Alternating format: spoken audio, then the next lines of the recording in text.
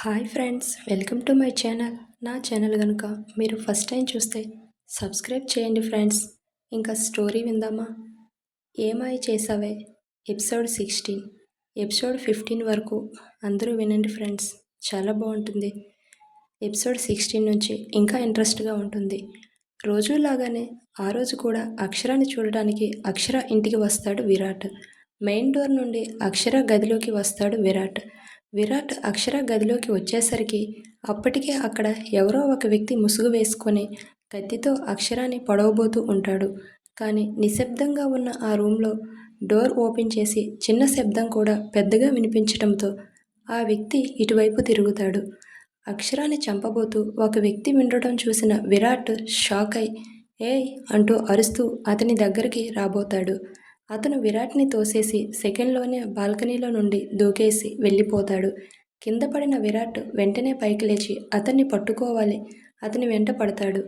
ఆ ముసుగు వ్యక్తి ఇంకో సెకండ్లో చేతికి దొరుకుతాడు అనగా ఎవరో స్పీడ్గా వెహికల్లో వచ్చి అతన్ని తీసుకుని వెళ్తారు. దాంతో అతను మిస్ అవుతాడు. మిస్ అయ్యాడని చిరాకు పడుతూ అక్షర ఇంటికి వస్తాడు. ముసుగు వ్యక్తి తోయడం వల్ల విరాట్ పక్కనే ఉన్న డెకరేషన్ ఐటెం మీద పడతాడు. ఆ ఐటెం పెద్ద శబ్దం చేస్తూ కింద పడుతుంది. దాంతో నిద్రలో ఉన్న అక్షరాకి అలాగే తన పేరెంట్స్కి మెలకువ వస్తుంది. సడన్గా విరాట్ని రూమ్లో చూసి షాక్ అయి తను చూస్తుంది నిజమా అబద్ధమా అనుకుంటూ కళ్ళు నులుపుకొని మళ్ళీ చూస్తుంది. కానీ అక్కడ విరాట్ ఉండదు. అతను పట్టుకోవాలని వెళ్ళి ఉంటాడు. దాంతో నిద్రలో కలకంటున్నాను అనుకుని మళ్ళీ నిద్రపోతుంది అక్షర. కానీ ఆ సౌండ్కి నిద్రలేచిన అక్షర ఫాదర్ అక్షర అక్షర రూమ్ వైపు వెళ్ళబోతూ బయట విరాట్ రేయ్ ఆగరా అంటూ అరుస్తున్న మాటలు వినబడి అక్షర రూమ్ వైపు కాకుండా బయటికి వస్తాడు. అప్పటికే విరాట్ అతన్ని తరుముతూ చాలా దూరం వెళ్ళటంతో ఏమైందో అర్థం కాక విరాట్ కోసం ఎదురు చూస్తూ బయటే ఉంటాడు. విరాట్ చిరాగ్గా రావటం చూసి ఏమైంది బాబు, ఎవరిని తరుముతూ వెళ్ళావు, ఎవరైనా దొంగన అంటున్న ఆయన మాటలకి కాదు మావయ్య, ఎవరో తెలియదు, మరి నువ్వెందుకు అతని వెంట పడ్డావు అని అడుగుతాడు. అతను ఎవరో నాకు తెలియదు మావయ్య, కానీ నేను అక్షర గదిలోకి వచ్చేసరికి అతను ఎవరో తనని కత్తితో పొడవబోతూ కనిపించాడు. అందుకే అతను వెంట పడ్డాను. ఏంటి, అక్షరాన్ని పొడవబోయాడా? ఇప్పుడు అక్షరకి ఎలా ఉంది అని కంగారుగా అక్షర రూమ్ వైపు వెళ్ళబోతాడు. మావయ్య మావయ్య, మీరు ఒక్క నిమిషం ఆగండి, టెన్షన్ పడాల్సిన అవసరం లేదు, అక్షర బాగానే ఉంది. అవునా, అక్షర బాగానే ఉందా అంటూ కొంచెం స్థిమితపడి చాలా థ్యాంక్స్ బాబు, సమయానికి నువ్వు వచ్చావు కనుక సరిపోయింది, లేకపోతే నా అక్షరకి ఏమయ్యిందో తలుచుకుంటే భయంగా ఉందని వాళ్ళ నాన్న బాధపడతారు. అయినా అక్షరాన్ని చంపాలని ఎవరు అనుకుంటున్నారు బాబు?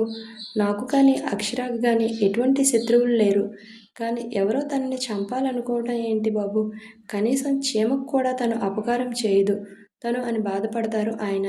మీకు ఈ విషయంలో బాధపడద్దు మావయ్య, అక్షరాకి ఏమీ కానివ్వను నేను ఉన్నంతవరకు.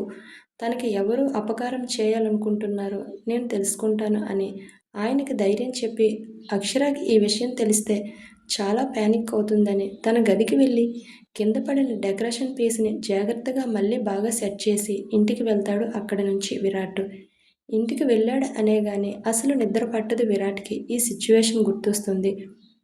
అక్షరాకి అక్కడ లేకపోవటం ఒక కారణం అయితే ఇంకొక కారణం అక్షరాన్ని ఎవరు చంపాలో అనుకోవటం ఏంటో అర్థం కాక ఆలోచిస్తూ ఉంటాడు. కారణం ఏదైనా కానీ అక్షర క్షేమం నాకు ముఖ్యం. అందుకే తన చుట్టూ ఎప్పుడూ సెక్యూరిటీగా కొంతమంది మఫ్టీలో అరేంజ్ చేయమని కబీర్ కాల్ చేయడానికి ఫోన్ తీసిన విరాట్కి ఫోన్తో పాటు ఒక కీ చేతిలోకి వస్తుంది. విరాట్ కారు పక్కన పార్క్ చేసి బాల్కనీ వైపు వెళ్ళబోతే విరాట్ అంటూ అక్కడికి వస్తారు విరాట్ మావగారు. మావయ్య మీరేంటి ఇంకా నిద్రపోకుండా మేల్కొని ఉన్నారు? నీకు కాల్ చేస్తే నువ్వు వస్తానని చెప్పావు కదా, అందుకే వెయిట్ చేస్తున్నా అంటాడు. ఏ మావయ్య, ఏమైనా చెప్పాలా నాతో అని విరాట్ అడుగుతాడు. ఏం లేదు బాబు, ఒక్క చిన్న మాట చెబుదామని మీకోసం ఎదురు చూస్తున్నా. దర్జాగా ఇంట్లోకి రావాల్సిన నువ్వు ఇలా దొడ్డిదారిన వెళ్ళటం ఎందుకు బాబు? డైరెక్ట్గా గుమ్మంలో నుండి ఇంట్లోకి రా అని ఇలా గోడలు దూకడం లాంటివి చేస్తున్నప్పుడు పొరపాటున నీకు దెబ్బలు ఏమైనా తగిలితే తర్వాత అందరం బాధపడాల్సి వస్తుంది. అందుకే ఈ విషయం చెబుదామని మేలుకొని ఉన్నాను. ఇదిగో ఇంటికి ఇంకొక కీ ఉంది, దీంతో ఇంట్లోకి రా అంటూ ఒకరోజు విరాట్ చేతికి ఆ కీని ఇస్తారు వాళ్ళ మావయ్య. ఇప్పుడు దాన్ని చూడగానే ఆ విషయం గుర్తొస్తుంది విరాట్కి. ఈ కీ నా చేతిలో ఉన్నందుకు ఆ రోజు మావయ్యకి కీ ఇవ్వటం వల్లే ఈరోజు అక్షరాన్ని నేను కాపాడుకోగలిగాను. నేను బాల్కనీలో నుండి వెళ్తూ ఇంకొక నిమిషం లేట్ అయినా అతను అక్షరాన్ని పొడి చేసేవాడు. అప్పుడు ఆ విషయం గుర్తొస్తేనే భయంగా ఉంది అనుకుంటూ అప్పటికప్పుడు కబీర్ కాల్ చేసి అక్షర ఇంటి దగ్గర, రెస్టారెంట్ దగ్గర ఎక్కడ తను వెళ్తే అక్కడికి తనకి సెక్యూరిటీ అరేంజ్ చేయమని చెప్పి కాల్ కట్ చేస్తాడు. నైట్ విరాట్ని చూసినట్లు గుర్తు రావడంతో మార్నింగ్ నిద్రలేస్తుంది అక్షర. నేనేంటి ఇలా కలకన్నాను? నైట్ నిజంగా విరాట్ గారు ఇక్కడికి వచ్చారా? లేకపోతే నేను హాలుజినేషన్గా ఫీల్ అవుతున్నానా? అవును, అయినా అతను నీ దగ్గరికి ఎందుకు వస్తాడు అక్షర? అతను అతని గర్ల్ ఫ్రెండ్ దగ్గరికి వెళ్ళి ఉంటాడు. నాకెందుకు ఇలాంటి ఆలోచన వస్తుంది అంటుంది. అయినా అతను నిన్నేం ఇష్టపడి పెళ్లి చేసుకోలేదు అక్షర. జస్ట్ నీతో పిల్లలు కనడం కోసం మాత్రమే నిన్ను పెళ్లి చేసుకున్నాడు. ఎందుకంటే అతని గర్ల్ ఫ్రెండ్కి పిల్లలు పుట్టరు, అందుకే కేవలం పిల్లల కోసం మాత్రమే నిన్ను పెళ్లి చేసుకున్నాడు. మధ్యతరగతి అమ్మాయి అయితే అతన్ని ఏమీ చేయలేదని నిన్ను పెళ్లి చేసుకున్నాడు అని అక్షర తన మనసులో అనుకుంటుంది. అంతే తప్ప నువ్వంటే ఇష్టపడి కాదు. నీకు తెలుసు కదా పిల్లలు అంటే అతనికి ఎంత ఇష్టమో. అనుకోగానే కళ్ళల్లో నీళ్లు తిరుగుతాయి అక్షరాకి ఈ విషయం గుర్తు తెచ్చుకొని. అనాథాశ్రమంలో తనతో పాటు అనాథాశ్రమంకి తనతో పాటు అతను వచ్చి ప్రతివారం పిల్లలతో ఆడుకోవటం, అలాగే తాను వర్క్ చేసే దగ్గర ఎవరైనా వాళ్ళ పిల్లల్ని తీసుకొని వస్తే వాళ్ళు ఎవరు ఏంటి, నీట్గా ఉన్నారా లేదా అనేది కూడా ఆలోచించకుండా వాళ్ళని ఎత్తుకొని ముద్దాడుతాడు. అదంతా గుర్తురాగానే మనసంతా భారం అయిపోతుంది అక్షరకి. మీకు ఉన్న పిల్లల మీద ఇష్టంతో ఇలా నా జీవితం నాశనం చేయాలనుకోవటం తప్పు విరాట్ గారు. కేవలం పిల్లల కోసం మాత్రమే నన్ను పెళ్లి చేసుకున్నారా విరాట్ గారు అనుకుంటూ 20 డేస్ బ్యాక్ జరిగింది గుర్తు చేసుకుంటుంది అక్షర. విరాట్ ఆ రోజు నైట్ మూవీకి తీసుకొని వెళ్తాను అనటం గుర్తొచ్చి తొందరగా రెడీ అవ్వటానికి ఇంటికి వస్తుంది అక్షర. నా కోసం నాకు నచ్చినట్లు అందంగా రెడీ అవ్వు అక్షర అని విరాట్ పెట్టిన మెసేజ్ చూసుకొని అతని సారీస్లో కట్టుకుంటే ఇష్టమని ఒక మంచి సారీ కోసం వార్డ్రోబ్ ఓపెన్ చేస్తుంది. ఒకరోజు విరాట్ తన కోసం సారీ, దానికి తగిన బ్యాంగిల్స్, అలాగే కాళ్ళకి పట్టీలు తీసుకొని వస్తాడు. అవి తీసుకొని వచ్చి అక్షరాకి ఇస్తాడు. ఏంటి విరాట్ గారు ఇవి? నువ్వే చూడు. Light plain knitted white sorry, bangles, పట్టీలు చూసి ఎందుకు విరాట్ గారు ఇవి అన్నీ అమాయకంగా అడుగుతుంది అక్షర. నేను కట్టుకోను. మీరు షర్టు కోట్లు కాకుండా సారీస్లో కూడా కట్టుకుంటారా? ఇదెప్పటి నుండి అని అక్షర అని అడుగుతుంది. ఇదెప్పటి నుండి అంటూ అక్షర అంటూ చిరుకోపంగా తనని చూస్తూ, అన్నీ తెలిసి కూడా మళ్ళీ ఎందుకు అడుగుతావు?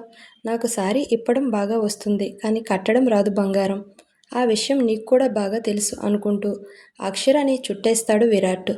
అతని మాటలకి చేతలకి సిగ్గుపడుతూ మిమ్మల్ని ఆట పట్టిద్దాం అనుకుని ఎప్పుడూ నేనే మీ దగ్గర బుక్ అవుతూ ఉంటాను ఏంటో అంటూ అతనికి దూరంగా జరగబోతుంది అక్షర. ఇవన్నీ గుర్తు చేసుకుంటుంది.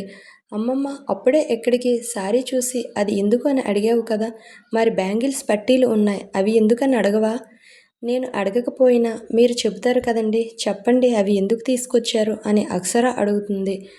ఆ సారీ కట్టుకున్న నిన్ను నేను నా సొంతం చేసుకుంటున్న క్షణంలో నన్ను చుట్టూ ఈ గాజులు చేసే సంగీతం, నన్ను పెనవేసుకుంటున్నప్పుడు ఈ పట్టీలు చేసే చిరు శబ్దం లయబద్ధమైన సంగీతంలా మారి నింగి నేల మాత్రమే కాదు, అవి కూడా మన కలయికకి సాక్ష్యాలుగా నిలబడడానికి అంటూ మత్తుగా హస్కీగా చెప్పిన విరాట్ మాటలు గుర్తొచ్చి ఇప్పుడు ఆ సారీ బ్యాంగిల్ తీసుకుని రెడీ అవుతుంది.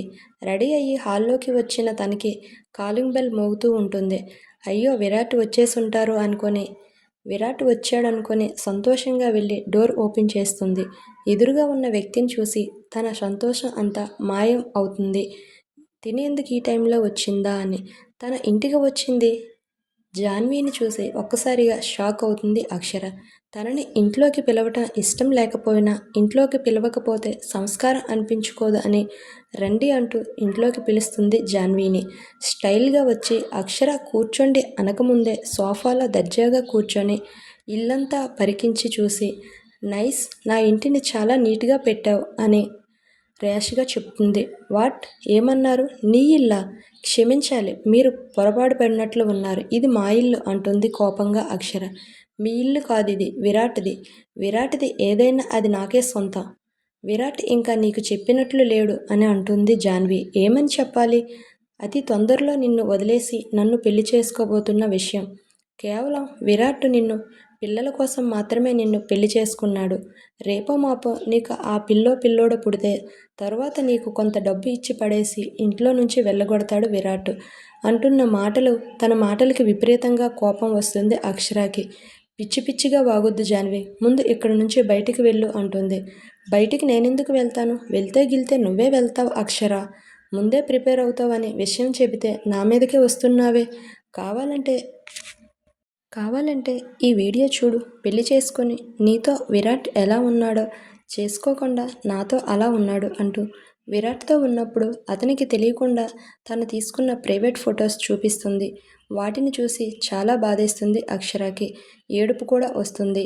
కానీ జాన్వి ముందు ఏడవటం ఇష్టం లేక విరాట్ మీద తనకి ఉన్న నమ్మకంతో నైస్ ఫోటోషాప్ జాన్వి, ఇలాంటి చీప్ వాటిని చూసి విరాట్ గారిని అనుమానించే అంత పిచ్చిదాన్ని కాదు నేను. ఏంటి వాటిని చూసి ఫోటోషాప్ అనుకుంటున్నావా? మరి ఇది చూసి ఏంటో చెప్పు అంటూ ఈ వీడియో ప్లే చేస్తుంది. అందులో విరాట్తో పాటు కబీర్ కూడా ఉంటాడు. ఆ ఫోటో చూసి అక్షర ఒక్కసారి షాక్ అవుతుంది. జాన్వి విరాట్ని హత్తుకొని, ఎందుకు విరాట్, ఎందుకు నువ్వు అక్షరాన్ని పెళ్లి చేసుకుంటున్నావు? నేను నీకు ఏం తక్కువ చేశాను చెప్పు. నా దగ్గర లేనిది ఆ అక్షర దగ్గర ఏముంది చెప్పు అని జాన్వి అడుగుతుంది. జాన్వి ప్లీజ్. ఏంటి ప్లీజ్ విరాట్? నేను ఆ అక్షర కన్నా ఎందులో నీకు తక్కువ కనిపిస్తున్నాను? చెప్పు విరాట్ అని అడుగుతున్న మాటలు వీడియోలో ఉంటాయి. నేను చేసిన తప్పేంటి? నాకు నువ్వంటే చాలా ఇష్టం విరాట్. I love you. నాకు కూడా నువ్వింటే ఇష్టం జాన్వి. కానీ ఏంటి విరాట్ చెప్పు, ఏం చెప్పాలనుకుంటున్నా? నీకు పిల్లలు పుట్టే అవకాశం చాలా తక్కువ జాన్వి. నాకు పిల్లలు కావాలి. నా తరువాత నాకు వారసులు కావాలి. అందుకే అక్షరాన్ని చేసుకుంటున్నాను తప్ప ఇంకొకటి కాదు. ప్లీజ్ ఇంకెప్పుడు మన మధ్య ఈ డిస్కషన్ చేయొద్దు. కొన్ని రోజులు ఓపిక పట్టు జాన్వి ప్లీజ్ అని అంటాడు. అది సర్దుకుంటుంది ప్లీజ్ అంటూ తనని ఓదార్చుతూ హగ్ చేసుకొని మాట్లాడుతున్న విరాట్ని చూసి ఒక్కసారిగా షాక్ అవుతుంది అక్షర. నువ్వే విన్నావు కదా విరాట్ నోటి మాట వెంట. ఇది కూడా ఫోటోషాప్ అనుకుంటే ఇంకా నీకన్నా పిచ్చిది ఇంకొకరు ఉండరు అక్షర. విరాట్కి నేనంటే చాలా ఇష్టం. నాకు పిల్లలు పుట్టరు అనే ఒకే ఒక్క కారణంతో నిన్ను పెళ్లి చేసుకున్నాడు. అది కూడా జస్ట్ లోకం దృష్టిలో మాత్రమే. నువ్వు భార్యవి, కానీ మా దృష్టిలో ఒక పిల్లలు కనే మిషన్వి నువ్వు అంటూ అక్కడి నుంచి వెళ్తుంది జాన్వి. అప్పటి వరకు ఒక రకమైన షాక్లో ఉన్న అక్షర జాన్వి వెళ్ళగానే అక్కడే కుప్పకూలిపోయి ఏడుస్తుంది అక్షర. విరాట్ కేవలం పిల్లల కోసం మాత్రమే తనని తాకుతున్నాడా, తనని ప్రేమిస్తున్నట్లు నటిస్తున్నాడు అనే విషయం జీర్ణించుకోలేకపోతుంది అక్షర. పిచ్చిదానిలా ఇంట్లో ఉన్న వస్తువులన్నీ పడేసి తన చేతికి ఉన్న విరాట్ తెచ్చిన బ్యాంగిల్స్ పట్టీలు విసిరేస్తుంది.